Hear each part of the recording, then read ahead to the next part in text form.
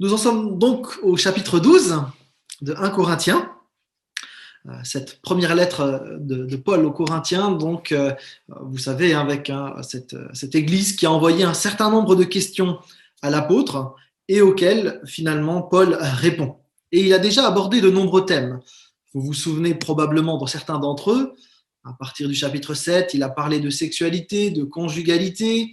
À partir du chapitre 8, il a parlé de comment on vit dans une culture idolâtre. Ensuite, dans les chapitres qui suivaient, eh bien, il a parlé de cette question de la soumission de la femme que les Corinthiens voulaient absolument mettre en place, en tout cas certains d'entre eux. Et puis ensuite, il a parlé de la scène, et c'est ce qu'on avait vu la dernière fois, pour une juste pratique de la scène. Alors, désormais, une autre question va être à l'ordre du jour. On va le voir ensemble. Il va être question des dons spirituels, des manifestations spirituelles, de ce qui est spirituel. Vous allez voir, on va essayer d'avancer sur cette question-là. C'est des questions qui vont nous préoccuper pendant plusieurs chapitres en réalité. Donc on est sur un morceau assez important là, de la lettre aux Corinthiens. Le sujet qu'on va aborder, il a été source de pas mal de tensions dans les églises. Et parfois, il a été source de discorde assez importante. Donc on va avancer pas à pas en essayant de nous coller le plus possible au texte pour comprendre les enjeux déjà de ce qui se vivait à Corinthe. Et puis, on va essayer progressivement aussi de voir en quoi, finalement, ça peut nous permettre à nous, en tant qu'Église, d'avancer sur ces sujets aussi. Donc, je vous propose de lire simplement 1 Corinthiens 12, les versets 1 à 11 pour commencer. J'en viens au problème des manifestations de l'esprit. J'aimerais, frères, que vous soyez bien au clair là-dessus. Souvenez-vous comment, lorsque vous étiez encore païen, vous vous laissiez entraîner aveuglément vers des idoles muettes. C'est pourquoi je vous le déclare, si un homme dit « Maudit soit Jésus », ce n'est en aucun cas l'Esprit de Dieu qui le pousse à parler ainsi. Mais personne ne peut affirmer « Jésus est Seigneur » s'il n'y est pas conduit par l'Esprit Saint. Il y a toutes sortes de dons, mais c'est le même Esprit. Il y a toutes sortes de services, mais c'est le même Seigneur. Il y a toutes sortes d'activités, mais c'est le même Dieu et c'est lui qui met tout cela en action chez tous. En chacun, l'esprit se manifeste d'une façon particulière, en vue du bien commun. L'esprit donne à l'un une parole pleine de sagesse, à un autre, le même esprit donne une parole chargée de connaissance.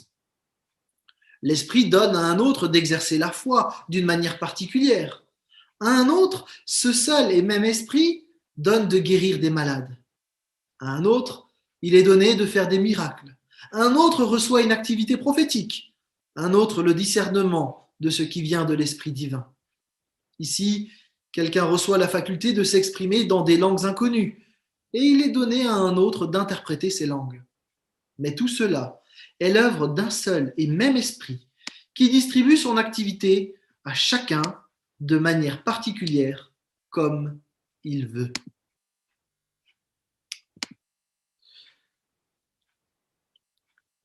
D'entrée de jeu, notre texte va être orienté par les traductions. Parce que la manière de traduire le verset 1 va orienter un peu notre compréhension du passage. Et donc là, je vous ai mis plusieurs traductions qui existent. Chacun essaye de cerner le mieux possible le sens du verset 1 qui n'est pas si simple à traduire. Ainsi, la Nouvelle Bible Second va parler des pratiques spirituelles. Second 21 va parler des réalités spirituelles. Parole de vie va parler des dons de l'Esprit Saint. Semeur parlera des manifestations de l'Esprit. Darby, là aussi, on va parler des manifestations spirituelles. Vous voyez que c'est en crochet. Darby dit que voilà, il est question des trucs spirituels, mais qu'il rajoute le mot manifestation pour que ce soit clair en français. La Tob va parler des phénomènes spirituels. En fait, c'est pas si simple de traduire ce texte-là, et vous avez un commentaire de 1 Corinthiens que j'aime bien, qui dit les choses très simplement. Le texte originel ne contient pas le mot don, et le mot spirituel peut désigner des personnes aussi bien que des dons. À vrai dire, le seul passage de la Bible où l'on trouve des termes grecs charisma et pneumatikos, dons spirituels, quand ils sont mentionnés ensemble, eh bien, se trouve dans Romains 1, verset 11. Vous voyez que quand on parle des dons spirituels avec 1 Corinthiens 12, on a déjà un parti pris sur le texte parce que le texte ne parle pas tout à fait, en tout cas pas directement de cela. Il va être question des dons au verset 4, mais peut-être pas des dons spirituels au sens comme on l'entend parfois, en tout cas pas au sens strict si on s'en réfère au texte grec. Quand on reste sur le texte grec, en fait, on devrait le traduire, je vous ai mis tout à la fin, là, hein, en ce qui concerne les choses de l'esprit, ou ce qui touche au spirituel, ce qui touche à ce que le Saint-Esprit fait. Et donc, on a quelque chose d'un peu plus large que simplement la question des dons spirituels dans ce passage.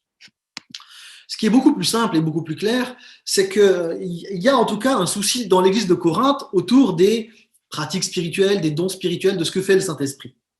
Il y a visiblement des choses qui ne sont pas comprises chez les Corinthiens et Paul va écrire justement pour préciser certaines choses. Et donc, on va voir ensemble un petit peu ce qu'il écrit. Alors, quel est le problème dont parle Paul ? Quand on regarde le texte, on peut déceler qu'il y avait quelques divergences dans la manière de comprendre ce qui venait de l'Esprit et ce qui venait pas du Saint-Esprit. C'est le verset 7 qui nous éclaire le mieux. Hein. En tout cas, Paul, ici, il souligne la diversité qui existe dans l'Église et qui reflète la diversité qui se trouve dans le Dieu trinitaire. Les manifestations de l'Esprit sont diverses, elles sont accordées selon le plaisir de Dieu. Donc Dieu ne crée pas une armée de clones, mais un peuple où chacun est en lien avec lui. Et les manifestations de l'Esprit, elles ont une seule source, le Saint-Esprit. Et elles ont un seul but, le bien commun de l'Église. Donc ça, c'est vraiment le but du texte, c'est de permettre à tout le monde de comprendre qu'il y a un seul esprit qui veut travailler pour le bien commun de l'Église. Mais avant d'aller plus loin, j'aimerais vous proposer de réagir quelques instants à cette lecture que nous avons faite ensemble. Donc, on l'a dit, Paul, en tout cas, il est en train de remettre des pendules à l'heure parce que visiblement, dans l'église de Corinthe, il y a une problématique, ou en tout cas une série de problématiques, on ne sait pas exactement encore de quoi on parle, avec cette question des dons spirituels ou des manifestations de l'esprit. Et Paul va devoir répondre à une série de problématiques qui se posent, et on va le voir dans les différents chapitres. Le simple fait d'insister sur l'amour, par exemple, dans l'exercice des dons, montre bien qu'il y avait une manière de pratiquer certains dons, visiblement, ou en tout cas de vivre certaines manifestations spirituelles, qui étaient déconnectées d'un amour, et là, dans la partie qu'on vient de voir, une question d'unité. Alors, avec cet éclairage, on peut imaginer plusieurs scénarios. Dans tous les cas, Paul va insister, en tout cas, sur la diversité. Il va lutter contre une forme de schéma spirituel unique qui semblerait peut-être, quand on lit le texte en filigrane, une forme de carcan dans lequel on voulait enfermer les gens. Et Paul parle de la diversité justement parce qu'il ne veut pas que les gens soient enfermés dans un carcan. Il est possible que quelque chose comme ceci existe chez les Corinthiens, quelqu'un qui pouvait dire, si tu es chrétien, tu dois obligatoirement ceci ou cela. Il y avait quelque chose de cet ordre-là. On ne peut pas dire quoi exactement, mais il semble qu'il y avait certains qui réglementaient la vie de l'esprit en affirmant qu'un chrétien spirituel, il agissait de telle ou telle manière. Alors, est-ce que Paul, c'est une première hypothèse, alors plusieurs le défendent, est-ce que Paul lutterait contre des gens qui refusent des manifestations miraculeuses ? Ou est-ce que Paul, au contraire, il lutterait contre des chrétiens qui prétendent que tout chrétien doit vivre du miraculeux ? Ou est-ce que Paul lutterait contre l'idée qu'il y a une pratique spirituelle particulière mise en avant comme étant la norme pour un vrai chrétien ? Ou autre chose ? Et là, vous avez quand même, avec les trois premières, disons, la plupart des théologiens se rangent un peu dans ces trois options de dire quelles sont les problématiques à Corinthe. En tout cas, il y a bien un problème à Corinthe. Est-ce que, d'ailleurs, ça ne pourrait pas être les trois, c'est possible aussi, mais en tout cas, il y a une série de problématiques dans cette église de Corinthe. En réalité, Paul est aussi troublé par l'attitude de plusieurs membres de l'église qui se croyaient spirituels. Et il est possible qu'il pense aussi à eux, donc pas seulement aux problèmes de manifestation, mais aussi aux gens, dans leur manière de vivre leur lien avec le Saint-Esprit. Donc, il vaut mieux respecter l'ambiguïté du grec et comprendre par rapport à tout ce qui est spirituel, et donc ne pas rester braqué uniquement sur la question du don spirituel. Alors, Paul va parler de tout ce qui est spirituel, pas uniquement des dons, il va en parler aussi, ça va faire partie des trois chapitres, Mais Paul, il l'intègre à un ensemble beaucoup plus vaste et il va y consacrer la fin de tout ce corps de la première lettre aux Corinthiens. Alors, on a dit beaucoup de choses sur ce qu'est la vie spirituelle, sur la vie de l'esprit. Encore aujourd'hui, on a plein de livres par rapport à ce sujet. Alors, quand on parle de vie spirituelle ou de vie de l'esprit, est-ce qu'on parle d'une vie marquée par le miraculeux? Est-ce qu'on parle d'une vie marquée par la piété? Est-ce qu'on parle d'une vie marquée par la bonté, par l'amour? Est-ce qu'on parle d'une vie sainte sans péché? En fait, c'est quoi cette vie par l'esprit? Alors, il me semble que pour ne pas se tromper de sujet, parce qu'on va parler de la vie spirituelle, de la vie de l'esprit, il est sage de regarder la définition que Paul lui-même en donne plutôt que de partir sur ma conviction, la conviction d'un tel ou d'un tel. Ça permettra de vraiment prendre ce que Paul dit, de ce dont il parle, plutôt que de partir sur autre chose. Donc on va prendre un texte qui se trouve un peu plus loin dans la lettre aux Corinthiens, mais qui nous permet de comprendre ce que Paul met exactement derrière le terme de spirituel ou de venant de l'esprit. Donc je vous propose de regarder 1 Corinthiens 15, les versets 42 à 49, parce que dans ce passage-là, il dit très clairement ce qui est spirituel pour lui. Il est question de la résurrection dans ce texte, donc on va le lire ensemble. 1 Corinthiens 15, versets 42 à 49. Il en va de même pour la résurrection des morts. Lorsque le corps est porté en terre comme la graine que l'on sème, il est corruptible, et il ressuscite incorruptible. Semé infirme et faible, il ressuscite plein de force et glorieux. Ce que l'on enterre, c'est un corps doué de la seule vie naturelle. Ce qui revit, c'est un corps dans lequel règne l'Esprit de Dieu. Aussi vrai qu'il existe un corps doté de la seule vie naturelle, il existe aussi un corps régi par l'Esprit. L'Écriture ne déclare-t-elle pas le premier homme, Adam, devint un être vivant, doué de la vie naturelle? Le dernier Adam est devenu, lui, un être qui, animé par l'Esprit, communique la vie. Mais ce qui vient en premier lieu, ce n'est pas ce qui appartient au règne de l'Esprit, c'est ce qui appartient à l'ordre naturel. Ce qui appartient au règne de l'Esprit ne vient qu'ensuite. Le premier homme, formé de la poussière du sol, appartient à la terre. Le second homme appartient au ciel. Or, tous ceux qui ont été formés de poussière sont semblables à celui qui a été formé de poussière. De même aussi, ceux qui appartiennent au ciel sont semblables à celui qui appartient au ciel. Et comme nous avons porté l'image de l'homme formé de poussière, nous porterons aussi l'image de l'homme qui appartient au ciel. En fait, pour parler de ce qui est spirituel, Paul fait une comparaison. Il met d'un côté ce qui est naturel et de l'autre côté ce qui est spirituel. Et il explique dans ce texte qu'il y a un corps naturel et un corps spirituel. D'un côté, vous avez le corps naturel, c'est le corps humain qui va de la naissance à la mort, et de l'autre, le corps ressuscité par l'action du Saint-Esprit.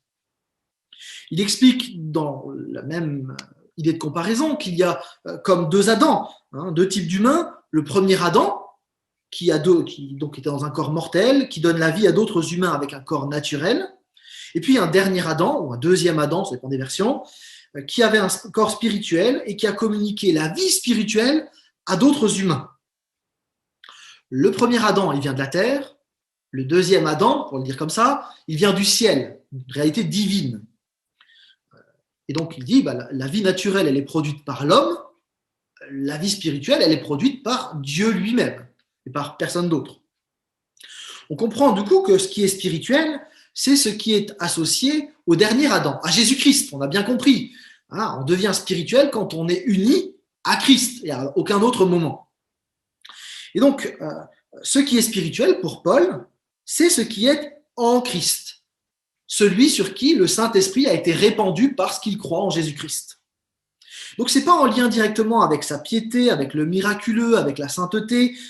Non, ça, ce sont des éléments visibles. Il y a forcément un lien, mais ce n'est pas ça ce qui rend quelqu'un de spirituel. Ce qui est spirituel pour Paul, c'est ce qui est associé au dernier Adam, c'est ce qui est en Christ, celui ou celle qui a reçu l'Esprit Saint par le Christ. La manière dont ça va être rendu visible ensuite, c'est un autre sujet dont on va parler nécessairement, mais il nous faut poser ça d'entrée de jeu. Ce qui est spirituel pour Paul, c'est celui qui est associé à Jésus-Christ et uniquement cela. Dit autrement, un croyant dans une divinité comme Ra en Égypte, par exemple, ou un croyant qui croit dans une philosophie orientale, par exemple, ce n'est pas un être spirituel. Même s'il est très versé dans sa spiritualité, même s'il a une piété très profonde, même s'il pouvait faire des miracles, pour Paul, n'est spirituel que celui qui est associé à Jésus-Christ par le Saint-Esprit. Il a changé de statut, le spirituel, il est passé du naturel au spirituel. Du coup, au fond, le problème qu'il soulève n'est pas tellement le caractère de l'exercice des dons que Dieu donne, mais ce qui constitue la vraie spiritualité. Et vous comprenez bien que dans la problématique à Corinthe, c'est qu'il y a des gens qui se disaient spirituels parce qu'ils vivaient telle chose ou telle manifestation miraculeuse, etc., probablement.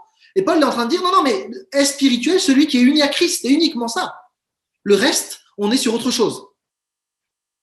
Et du coup, quand on reprend notre texte d'un Corinthiens 12, on comprend un peu mieux les versets 2 et 3 maintenant, où Paul dit, souvenez-vous, comment, lorsque vous étiez encore païens, vous vous laissiez entraîner aveuglément vers des idoles muettes.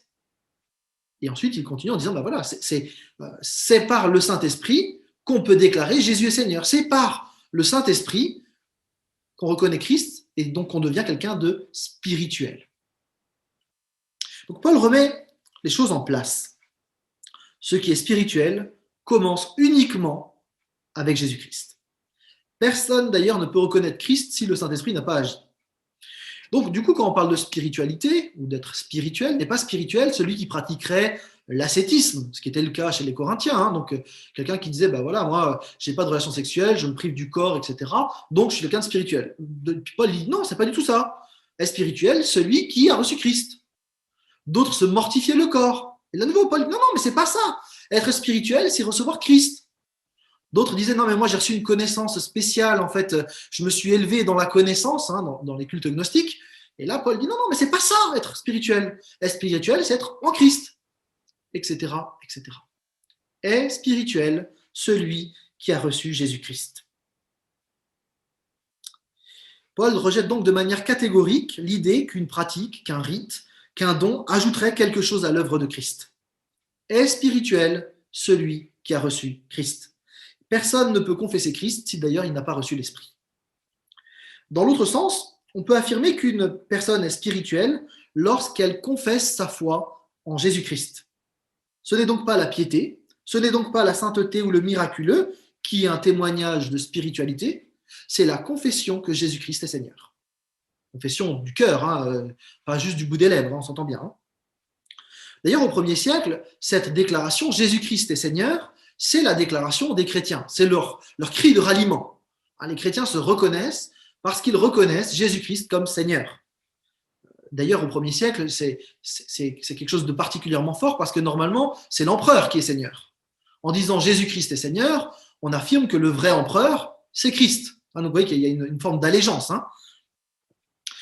Donc, on a vraiment cette déclaration qui est de dire que Jésus-Christ est Seigneur. En comprenant ces paroles, c'est ça qui fait de quelqu'un un être spirituel. C'est d'ailleurs un enseignement qu'on trouve ailleurs dans le Nouveau Testament.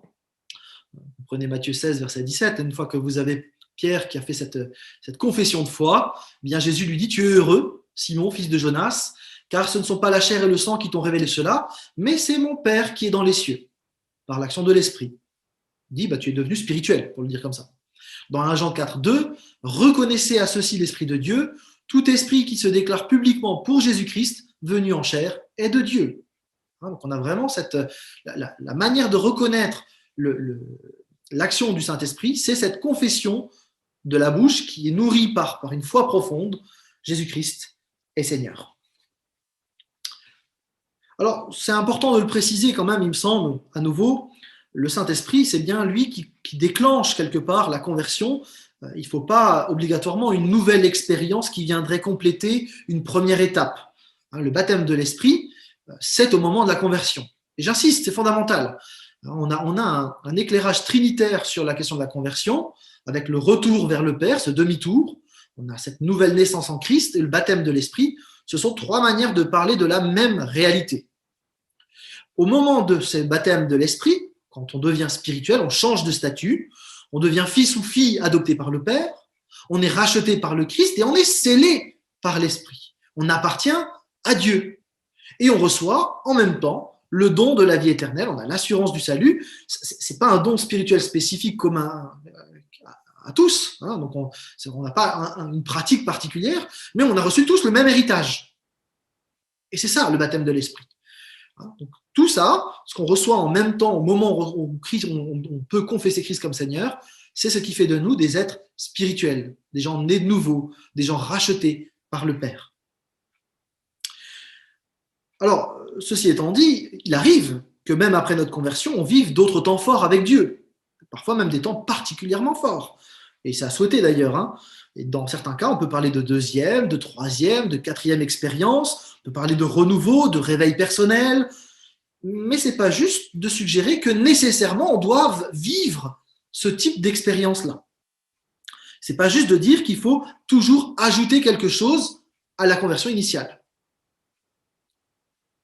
Paul lutte précisément, me semble-t-il, contre cette idée-là. Pour lui, tout est en Christ. Mais Christ, effectivement, peut renouveler pas mal de choses en nous. Donc je crois que pour être tout à fait clair, ce n'est pas juste de parler d'un baptême du Saint-Esprit à vivre après la conversion, qui donnerait en particulier le parler en langue. Le baptême de l'Esprit, on l'a déjà mentionné, c'est le moment où le Saint-Esprit prend place dans la vie du chrétien, qu'il le transforme de l'intérieur et qui l'unit à Jésus-Christ. Ça n'empêche pas de vivre une deuxième expérience, une troisième expérience, comme dit.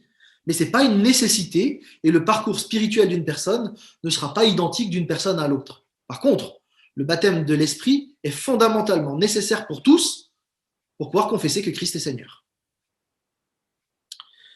Le verset 3 de notre texte indique, à contrario, qu'une personne qui se dit conduite par l'Esprit et qui annonce le contraire de la Bible ou qui agit de manière différente de ce que Dieu veut, n'est certainement pas conduite par Dieu.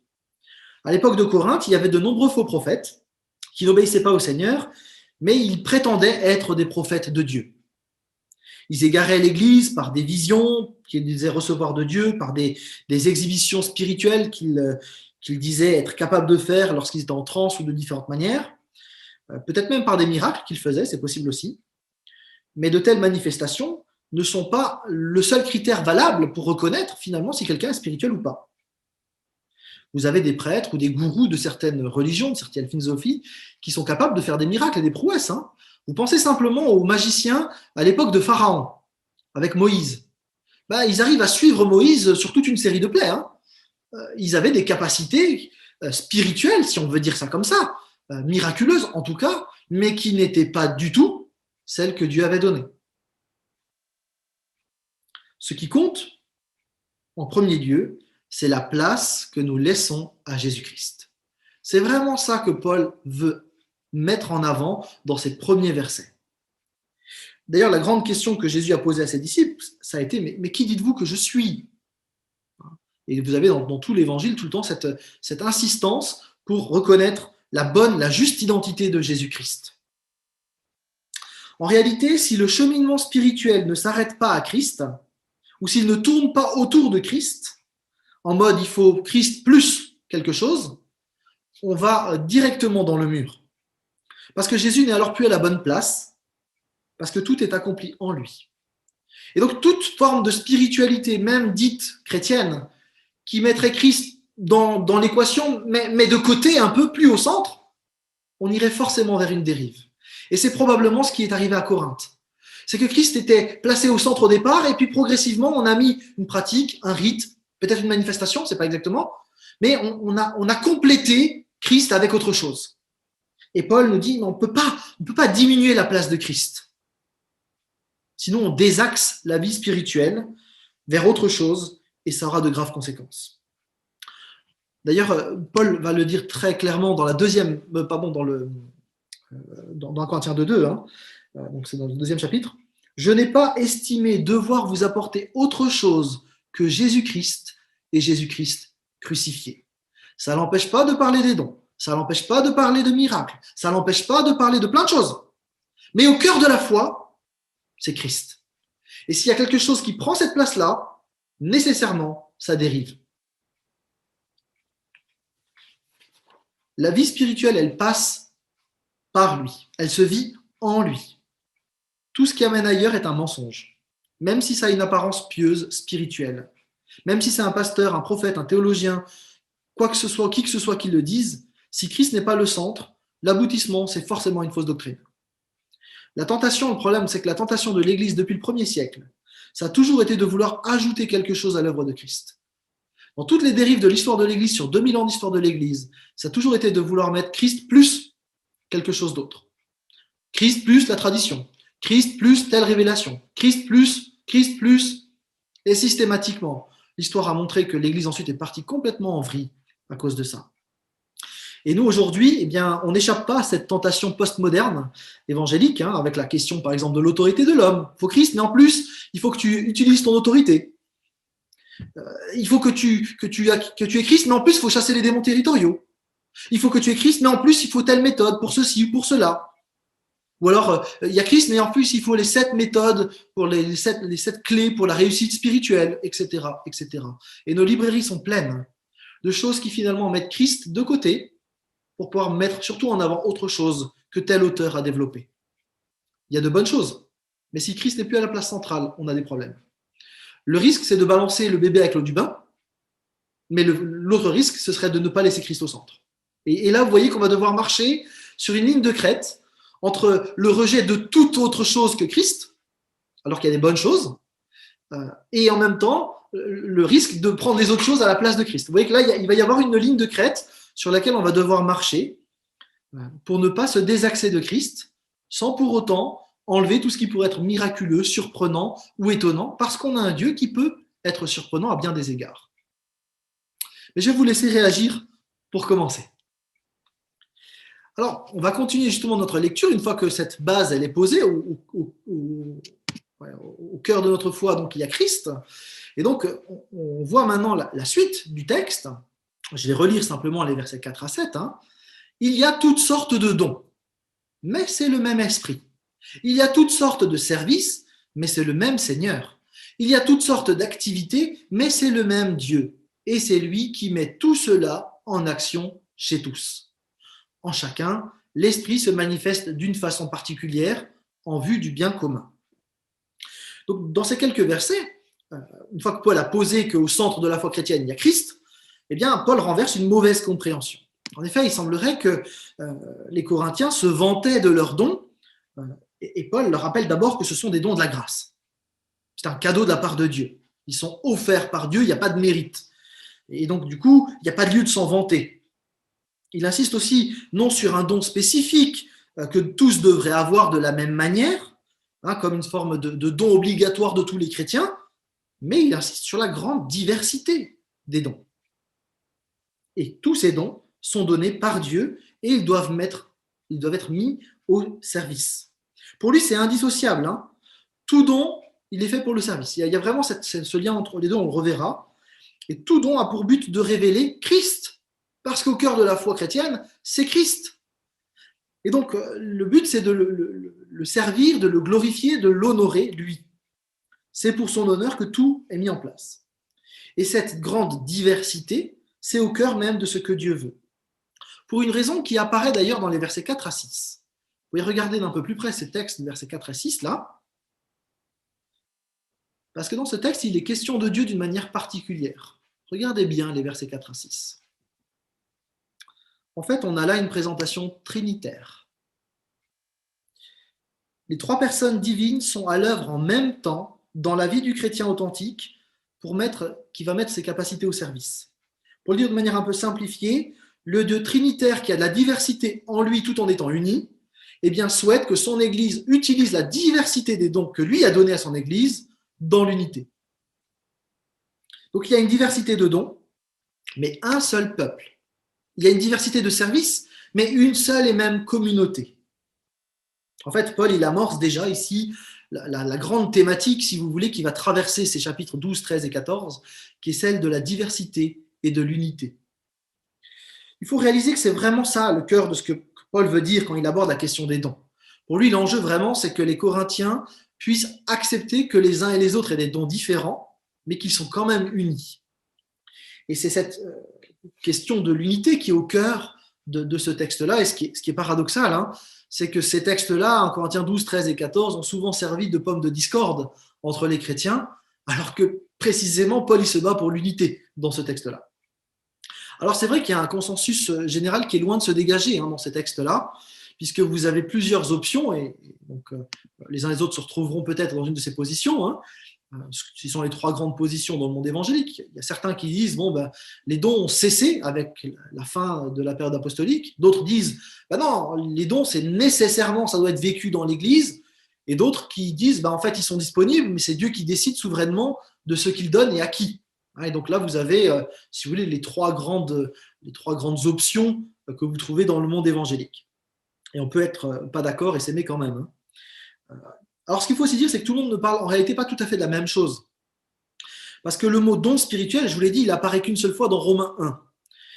En fait, c'est le mot charisma, le mot charisme en grec, qui apparaît plusieurs fois. Et en fait, il n'est pas lié au spirituel, pour le coup, pas à l'esprit, mais il est lié à la grâce. Il signifie en fait un don accordé par grâce, un don de Dieu, un don immérité. En fait, Paul, il insiste beaucoup plus sur son origine divine, gratuite, un cadeau de Dieu, plutôt que sur autre chose. Donc, c'est un cadeau, et donc il dépend à aucun moment des mérites de l'un ou de l'autre. En parlant des charismata, le pluriel, Paul indique que toute aptitude, toute compétence, toute capacité, elle est à considérer comme venant de Dieu. Alors, il faut aussi dire que pour Paul, il insiste bien plus sur l'idée d'un ministère commun, avec l'idée de l'unité dans la diversité, que sur l'aptitude de chaque individu. Il s'intéresse assez peu finalement à ce que chaque individu ait son aptitude à lui, personnellement, qu'il pourrait garder comme ça, comme étant son truc à lui, mais il insiste beaucoup plus sur la mise en commun de la diversité. Ce qui n'est pas tout à fait le même point de vue, du coup. Il y a un glissement, il me semble, un glissement de notre époque postmoderne, où chacun veut trouver son don, sa capacité, perdant un peu vite de vue le service à Dieu et ce que Dieu veut faire avec chacun. Il me semble que c'est probablement John Stott qui donne la définition la plus équilibrée sur les charismes, quand il dit voilà, ce sont certaines aptitudes données par la grâce et la puissance de Dieu qui qualifient des individus pour un service particulier en relation avec elles. Donc le don va toujours avec un service. Donc on a vraiment là cette unité entre don et service. Et puis il faut bien garder en tête la diversité du mot charisme qui est utilisé dans le Nouveau Testament de plein de manières par Paul, parce que parfois il donne une liste de charismes, parfois il est question de gens qui sont donnés à l'Église comme des charismes, parfois ce sont des dons spectaculaires, parfois ils sont plus discrets. Donc, dans les dons spectaculaires, on va en voir quelques-uns, mais il va être question par exemple des dons de miracles ou de puissance, des dons de guérison qui sont spectaculaires. Et puis vous avez avec le même mot, le don d'administrateur et le don d'encouragement. Et c'est le même mot, charisme, qui est utilisé dans les deux cas. Donc il ne s'agit probablement pas aussi de distinguer les dons naturels et des dons spirituels. Donc si on résume, les charismes, ils viennent de Dieu. Ils viennent de la grâce de Dieu, donc ils sont immérités, ce sont des cadeaux. Ils sont divers et variés, il n'y a pas un don, un charisme que tout le monde devrait avoir de la même manière. Ils sont en vue du service, et il ne faudrait pas séparer les charismes naturels et les charismes spirituels, parce que la Bible ne le fait pas. Il y a une question de charisme, de don de la grâce. D'ailleurs, c'est intéressant parce qu'on a vu un texte déjà où il était question d'un charisme qu'on pouvait changer. Je ne sais pas si vous vous souvenez, mais dans 1 Corinthiens 7, je voudrais bien que tout le monde soit comme moi, mais chacun reçoit de Dieu un charisme particulier, l'un le mariage, l'autre le célibat. Or, le célibataire, il a le droit de changer de charisme. S'il a envie de se marier, il peut se marier. Et il recevra du coup de la part de Dieu le charisme du mariage. Il devra le vivre comme un cadeau de Dieu. Donc vous voyez que ça peut changer, peut-être ça pourrait évoluer aussi un charisme, peut-être se spécialiser, c'est possible. Quand on pense par exemple au charisme de l'enseignement, est-ce qu'on ne peut pas devenir un meilleur enseignement à partir de là? Bon. En tous les cas, les charismes ont pour but d'honorer Dieu et non pas de se gargariser soi-même en disant j'ai tel charisme. Il y a nécessairement le but d'honorer Dieu. Donc, Paul répond visiblement à la pratique des Corinthiens qui mettaient en avant de manière exagérée certains dons. Il semble que certains à Corinthe se targuaient d'être plus spirituels que les autres à cause de ces dons. Vous avez des théologiens comme Carson qui insistent beaucoup sur cette manière de se mettre en avant de la part de certains. Et on voit bien dans tout le texte que Paul n'arrête pas de parler de diversité, d'unité. Il ne dit pas ça n'existe pas. Il ne dit pas vous n'avez pas le droit de vivre tel don. Mais il dit juste il y a une diversité. Donc arrêtez de vouloir focaliser tout sur telle ou telle chose. Il y a une diversité et l'ensemble vient du même esprit et a le but d'honorer le même Dieu. Ainsi, eh bien, tous les dons sont à considérer comme cadeaux de Dieu. Il ne faudrait pas les classer du meilleur au moins bien. Il n'y a pas lieu de se vanter. Mais par contre, on est appelé à mettre tous nos dons, toutes nos compétences, toutes nos qualités, tout ce que nous sommes au service de Dieu. Au passage, on peut quand même noter, parce qu'on le passe parfois vite, que Paul ne précise pas que ce sont uniquement des hommes qui se mettent au service, mais tous. À chacun, eh bien, la manifestation de l'esprit est donnée. Et on sait que l'esprit souffle où il veut, d'ailleurs, et il donne les dons à tous comme lui, il l'entend. Donc pour résumer, les manifestations de l'esprit, elles sont variées, elles trouvent leur unité et leur source en Dieu, dans le but du bien commun, l'édification de l'ensemble des croyants. C'est assez important de parler de ce cadre dans lequel les dons doivent s'exercer. C'est dans le but d'honorer Dieu dans le service pour les autres. En fait, loin d'être des signes de spiritualité dont je peux me vanter, mes compétences sont en réalité des manifestations de la grâce de Dieu. Les croyants ensemble peuvent servir Dieu efficacement et de différentes façons grâce à la diversité des dons qu'ils ont reçus.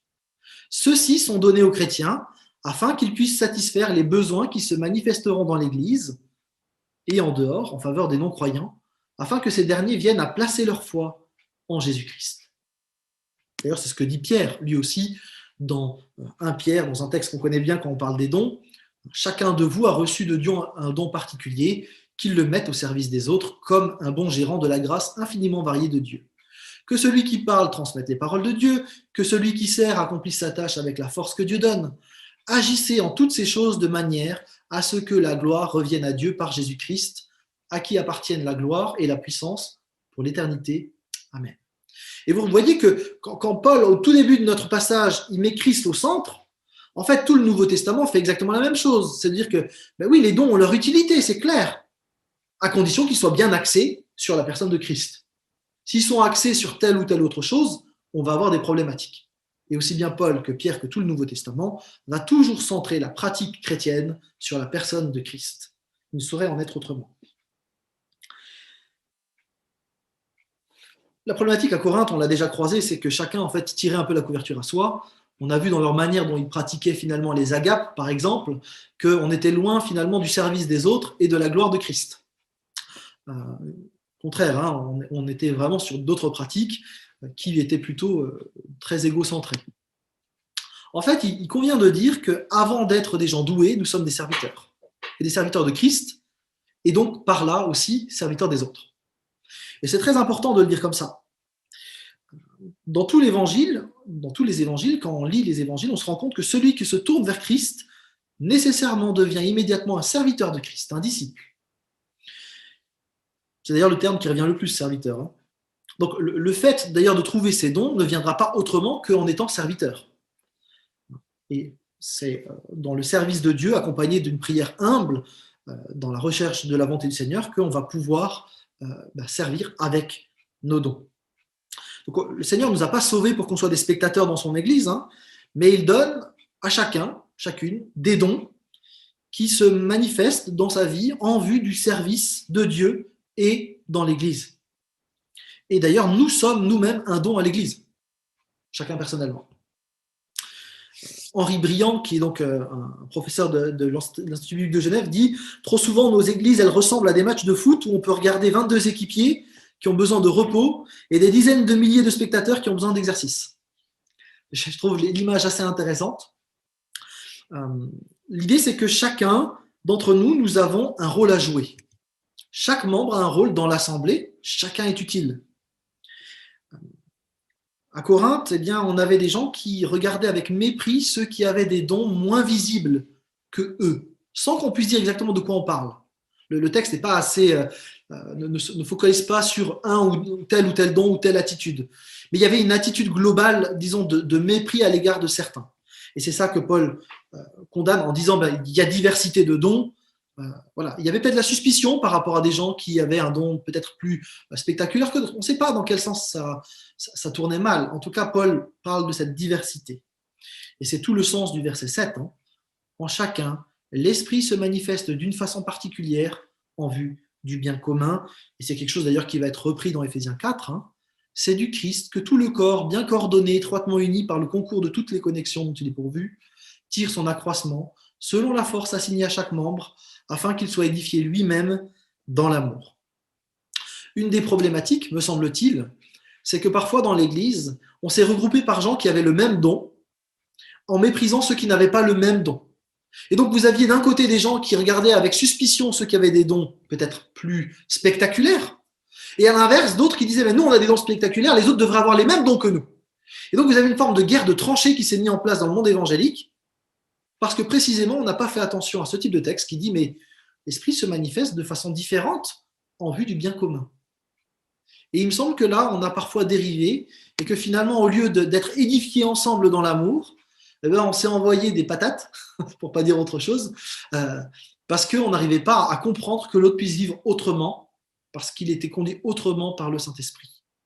Et de nouveau, il faut, avant que je vous laisse réagir, il faut redire qu'au cœur de l'Église, ce n'est pas tel ou tel don pratiqué, c'est Christ. Et que si quelqu'un confesse Christ, mais qu'il a une pratique un peu différente de la mienne, c'est mon frère en Christ. Et si quelqu'un a une autre pratique à l'inverse, mais qu'il confesse Christ, c'est aussi mon frère. Et donc, au lieu de s'écharper sur les pratiques, en fait, il faut revenir à ce que Paul dit. C'est quoi le cœur de notre vie chrétienne? C'est quoi le cœur de notre communion? Est-ce que c'est de la manière de vivre le culte ou est-ce que c'est Christ?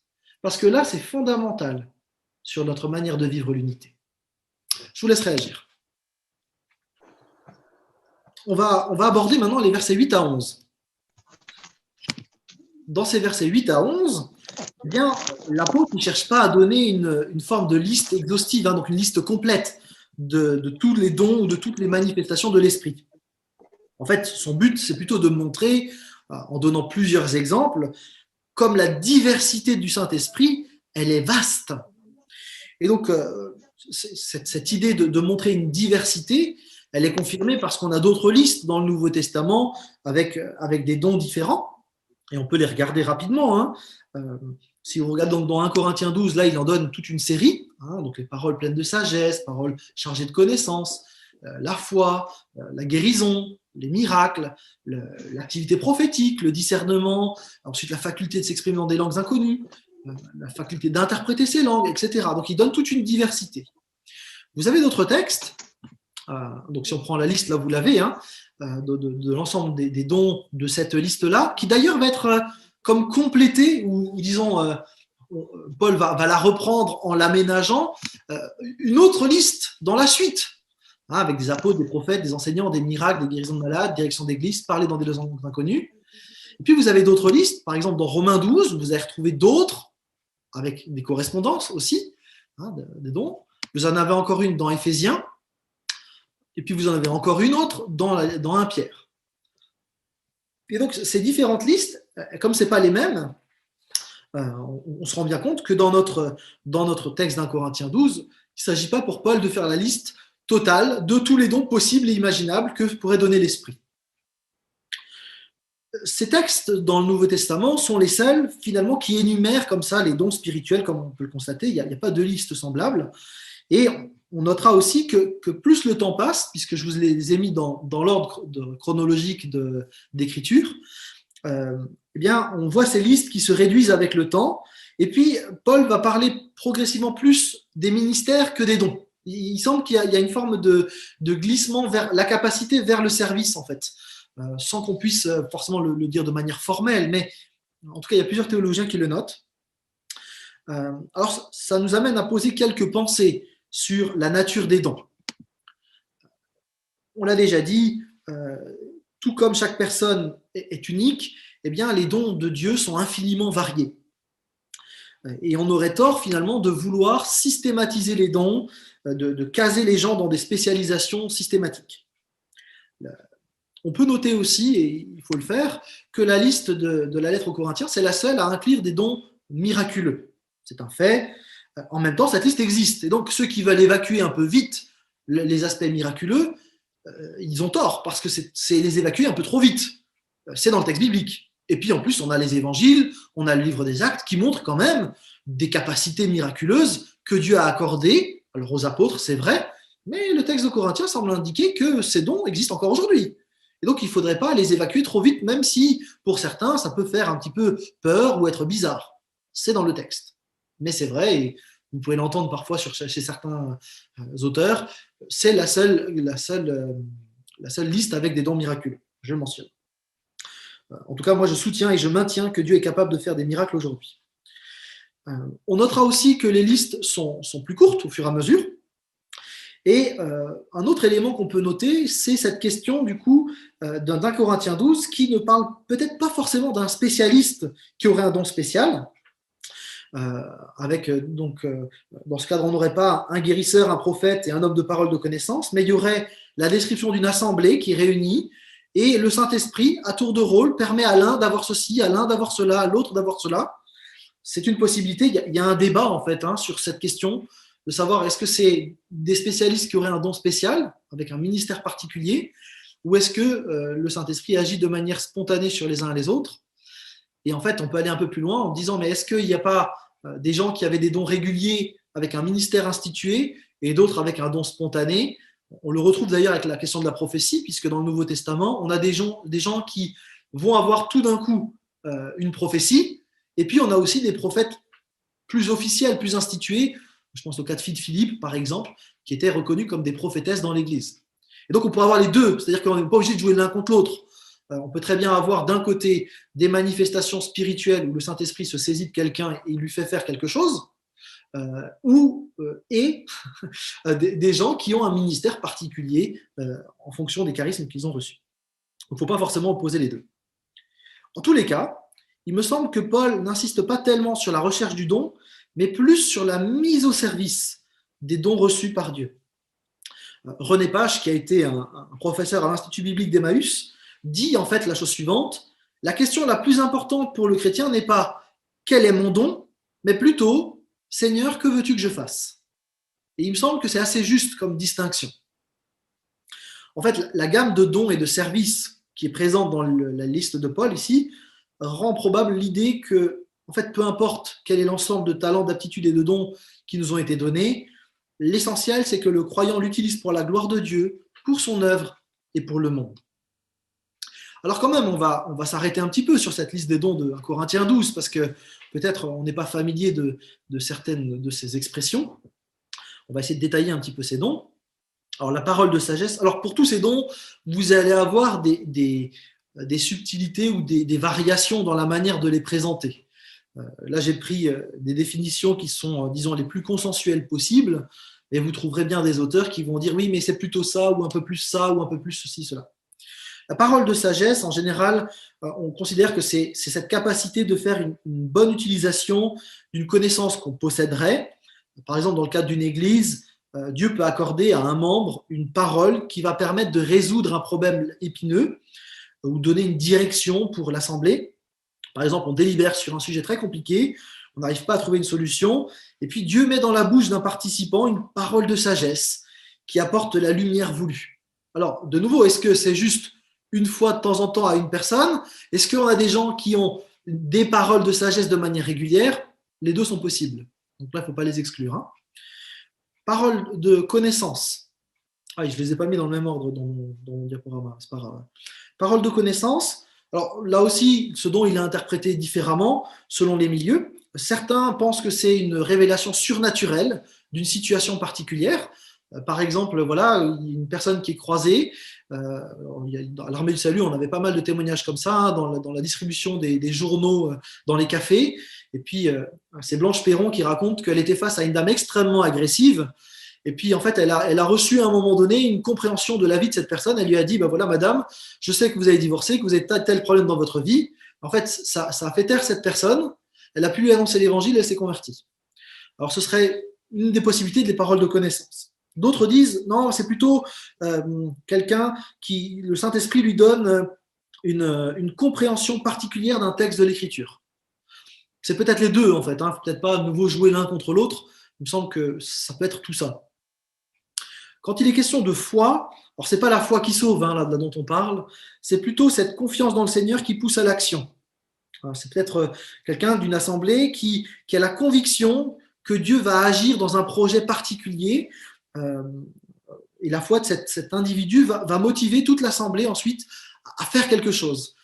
Dans l'église de mes parents, il y a une personne qui avait une forte conviction qu'il fallait agir pour la Roumanie, et ils sont partis en église en Roumanie pour pouvoir aider dans un projet d'évangélisation.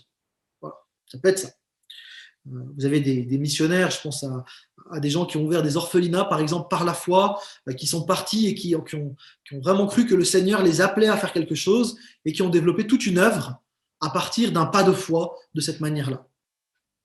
Les dons de guérison, alors là, de nouveau, hein, c'est assez explicite, sauf que du coup, certains vont dire oui, mais c'est pas un spécialiste qui aurait un don de guérison, mais ce serait des dons de guérison que Dieu donne à différentes personnes de l'Assemblée. Là encore, est-ce qu'il faut jouer les uns contre les autres? Je ne suis pas sûr.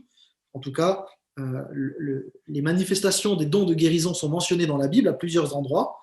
Et il faut redire que ce don était franchement étonnant à certaines occasions. Hein. Et même si ça met peut-être certains mal à l'aise, l'ombre de Pierre a suffi à guérir des gens. Alors, ça peut être choquant aujourd'hui, s'il y en a quelqu'un dans l'église qui dit moi, j'ai marché dans la rue, il y a un SDF qui était guéri parce que j'ai marché avec mon ombre. Oui, dans le texte biblique, en tout cas, c'est arrivé dans Acte 5. À Éphèse, on appliquait les mouchoirs que Paul avait touchés pour guérir les malades. Donc, vous voyez qu'on est quand même sur des trucs qui sont assez étonnants, surprenants, miraculeux, en fait. Alors, c'est vrai que les tentatives de reproduire aujourd'hui sont parfois étranges. Il ne faudrait peut-être pas systématiser. En tout cas, j'affirme que Dieu continue de guérir en de nombreuses occasions. Ce n'est pas systématique, c'est selon son bon vouloir, mais en même temps, Dieu continue de guérir aujourd'hui. Et Dieu guérit de différentes manières. Il n'y a pas un protocole strict. Et donc, il faut se méfier un peu des protocoles tout faits pour la guérison divine. D'ailleurs, même pour l'exorcisme, c'est la même chose. Hein. Dieu le fait de différentes manières et il œuvre quand c'est une guérison miraculeuse. En fait, il le fait à sa manière. Si vous regardez la manière dont Jésus guérit, il fait rarement deux fois la même chose. Hein. Jésus, c'est assez étrange d'ailleurs, mais c'était probablement une manière pour qu'on n'imite pas de manière méthodique et méthodologique ce que faisait Jésus. Par contre, de demander la guérison, ça, on est appelé à le faire parce que le Seigneur peut guérir aujourd'hui. Et il me semble que le Seigneur accorde aussi la guérison quand on le demande, pas de manière systématique, mais il peut le faire. Il faut aussi dire qu'il peut aussi accorder des guérisons de manière, j'ai envie de dire presque naturelle, mais c'est quand même Dieu qui agit. Hein. Lorsque vous avez un traitement médicamenteux qui va bien fonctionner, par exemple, on pourrait aussi y voir, et il ne faudrait pas l'opposer à une guérison miraculeuse de Dieu. Et puis en même temps, il faut aussi dire que les Écritures nous laissent aussi des exemples de maladies qui traînent, et Dieu s'en sert aussi pour le bien de ses enfants et pour glorifier son nom. Alors, vous voyez qu'il faut tenir l'équilibre. Dieu peut guérir, il ne le fait pas de manière systématique, et parfois il laisse la maladie. En tout cas, douter du pouvoir de guérison de Dieu, ça relève de l'incrédulité. Ça, c'est sûr. Ensuite, donc les miracles. Alors là aussi, hein, le grec miracle, ça veut dire puissance. Il y a beaucoup de choses qu'on pourrait mettre derrière miracle. En tout cas, Paul en parle comme étant des signes qui ont attesté son apostolat. Vous avez ensuite la prophétie, dont on a déjà parlé. Hein. Donc, ça peut être soit une parole donnée sur le moment, ça peut être une prédiction, ça peut être une parole travaillée avec le texte biblique. Donc, selon les uns les autres, certains mettent plus l'accent sur cet aspect ou cet aspect-là. Il me semble qu'il ne faut pas les opposer de nouveau, que ça peut être très très large comme définition. Peut-être juste préciser que la prophétie dans le Nouveau Testament, ce n'est pas la même que dans l'Ancien Testament. Dans l'Ancien Testament, la personne disait « Ainsi parle l'Éternel » et c'était à prendre tel quel. Dans le Nouveau Testament, la prophétie, elle doit être examinée, jugée par les autres chrétiens. Donc, il y a quand même une petite différence à cet endroit. Il est ensuite question du discernement des esprits. Alors là aussi, vous avez différentes choses qui ont été dites. Dans les textes où il est question du discernement des esprits, c'est plutôt la question des faux prophètes qui est mentionné avec quelque part la question de la véracité de l'enseignement biblique en lien, enfin l'enseignement donné par le prophète, est-ce qu'il est juste ou pas? Et donc c'est plutôt ça le discernement des esprits. On n'a pas de texte où finalement on va sonder les esprits démoniaques. Ça me paraît assez fragile de voir le discernement des esprits sur cet aspect-là démonologique. Mais certains le tiennent et voilà, ce sont des frères, il n'y a pas de problème avec ça. Vous avez ensuite la question de la diversité des langues et de l'interprétation des langues. Alors, on en parlera un peu plus du parler en langue et de l'interprétation des langues dans les prochains chapitres. Donc, je vais simplement le mentionner là aujourd'hui. Et j'aimerais surtout qu'on regarde de nouveau le texte. Parce qu'on peut regarder le texte du verset 8 au verset 11 avec différentes lunettes. On peut avoir les lunettes là qui mettent l'accent sur les dons. C'est la lecture classique en général. On dit, ben voilà, souvent on est influencé en plus par le titre, les dons spirituels, et donc du coup on voit surtout les dons spirituels, mais on peut regarder le texte autrement et puis voir l'Église avec à l'un, à l'autre, et on voit la diversité beaucoup plus nettement, avec non pas une concentration ultra-pastorale de tous les dons, par exemple, mais de la réalité de l'Église, avec cette communauté qui n'est pas forcément une communauté de 500 personnes, comme disait Jean-Christophe tout à l'heure. Ça peut être une petite communauté, mais une communauté où les uns et les autres, finalement, contribuent ensemble à la vie de l'Église. Et puis, on peut encore regarder le texte d'une autre manière, une manière qui souligne la souveraineté de Dieu. C'est l'Esprit qui donne, c'est l'Esprit qui donne, c'est l'Esprit qui donne, etc. Et vous voyez que, en fait, en fonction des lunettes qu'on va prendre sur un texte, on peut finalement occulter une partie ou une manière d'interpréter le texte. Et je ne suis pas convaincu que Paul aurait voulu qu'on insiste tellement sur la question des dons, parce que pour lui, il insiste beaucoup plus sur la diversité des acteurs et la souveraineté de Dieu. En fait, la diversité des dons est un prétexte pour Paul pour pouvoir insister sur cette diversité de l'action de l'Esprit. En tout cas, le verset 11 conclut « Tout cela est l'œuvre d'un seul et même esprit qui distribue son activité à chacun de manière particulière comme il le veut. » En fait, les Corinthiens, ils étaient fascinés par des dons voyants, ceux qui faisaient du tapage, qui attiraient l'attention. Et c'est pour ça, probablement, que l'apôtre leur dit que c'est le Saint-Esprit qui seul décide de l'attribution. Et cette souveraineté divine, elle apparaît encore plus nettement quand on réalise que Paul y mentionne le Saint-Esprit à 6 reprises dans les 5 derniers versets. Il insiste vraiment sur qui est aux commandes. Je vous laisse réagir avant de passer à ce qu'on veut retenir. Qu'est-ce qu'on peut retenir du coup de ce texte, en tout cas de ce début de texte du chapitre 12? Plusieurs éléments. Il me semble que ça vaut la peine de redire que d'abord nous sommes des serviteurs et pas des gens doués, même si c'est le cas, nous sommes doués, mais d'abord nous sommes des serviteurs de Christ. Et il faut garder cet objectif. Et chacun d'entre nous, eh bien, nous avons un rôle dans l'Assemblée, chacun est utile.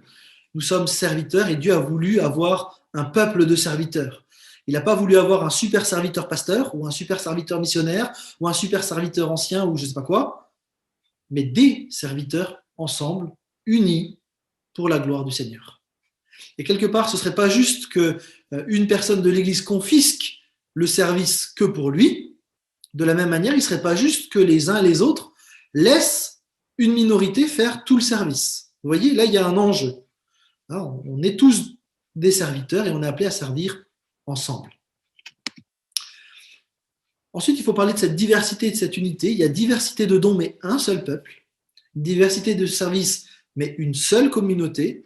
Et il ne faut pas perdre de vue que Paul insiste largement sur cette question de la diversité et de l'unité. Notre Dieu est un Dieu trinitaire qui se plaît à vivre dans la diversité et dans l'unité. La diversité et l'unité multiculturelle, la diversité et l'unité des dons, la diversité et l'unité socio-professionnelle, la diversité et l'unité des âges, etc. Le projet de Dieu, il se conjugue de manière diverse et unie. C'est son projet. Ensuite, on a vu avec cette liste de dons que parfois on focalise beaucoup sur les dons spirituels, ou en tout cas qu'on appelle comme ça, les dons, disons. et qu'on pourrait lire le texte d'une manière autre, peut-être tout aussi intéressante. Lorsque l'on met l'accent sur la participation de chacun ou lorsque l'on met l'accent sur la souveraineté absolue de Dieu. Alors, je vous propose pour terminer qu'on puisse prier ensemble, si vous le voulez bien.